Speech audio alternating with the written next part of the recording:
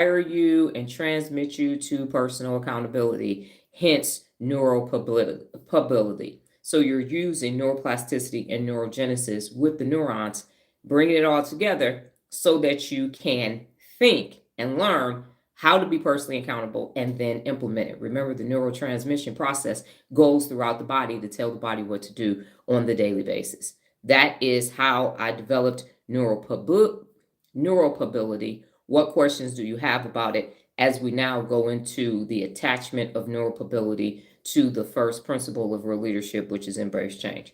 So this is important for you to understand it because it is the foundation. And I know that I will have to review this for several lives so that it sticks and everybody understands what we're doing.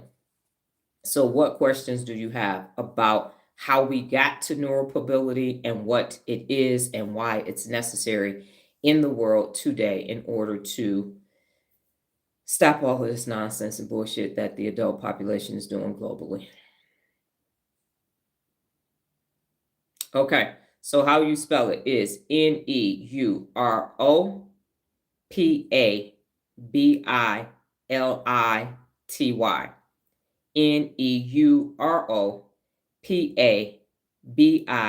Neuropability. So neuropability.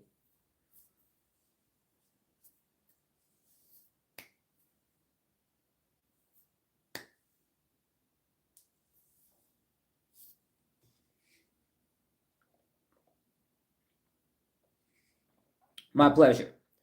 So in essence, we're wiring our brains through neurogenesis, creating new neurons, using neurotransmission, so the neurons are moving around, and using neuroplasticity to wire and rewire the brain so that we can all learn how to hold ourselves personally accountable to become our best every single day.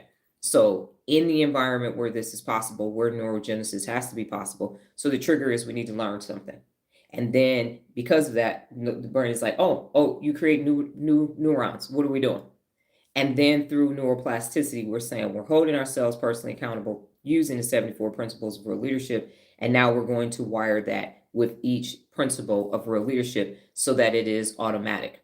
Now, some of these principles of real leadership will create cognitive overload for you. That means it's like, oh my God, here we go. This is something new. What am I going to do? And then after you learn it as an actual skill and a behavior, then it will become part of your working memory and you will be able to do it naturally without even thinking about it. So the first principle of real leadership, we spent the last 10 days going over the 74 principles of real leadership, and now we're going to take them one at a time to create neurogenesis and neuroplasticity, basically neuropability, in order for you to understand when do I use this principle of real leadership. Some of them you will use often. It's individually based too. So some you will automatically do. Reading is fundamental. I do that every day. So that's one that I use all the time. Take naps. I used to be able to take naps every day. I don't take naps every day. Eliminate distractions. I have very few distractions, but when I need to, I can. Embrace change. I do it automatically, so it's not something that I actually have to think about. Excuse me.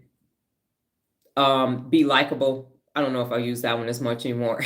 I think perimenopause is like, yeah, fuck it. You like me, you don't, you don't. Anyway, you will find that there will be ones that you use more often than others, but just like a tool in a tool shed or tools in toolbox, you have it just in case you need it. And I always use the extraction tool that Nola has. She doesn't use it often, but when she needs it, it's there. So think of them as I have them, I'm going to learn how to use them, and then I'm going to use them when I need them. So her drill she uses every day, Phillips, flathead screwdriver, angle bit extender, all of those things are used most often. And then there are other things like ratchet straps. Thank God we have not had to use them yet, but they are there available.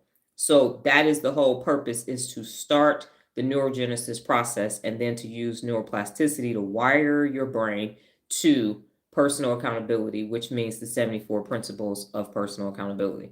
And today is the first one, embrace change. So we're going to break it down to this. Embrace this is the definition of embrace. It is an act of accepting or supporting something. It is an act of accepting or supporting something. So if you are embracing something, you are embracing it, accepting it, or you are supporting it. That's the first part. The second part is change. and change is the act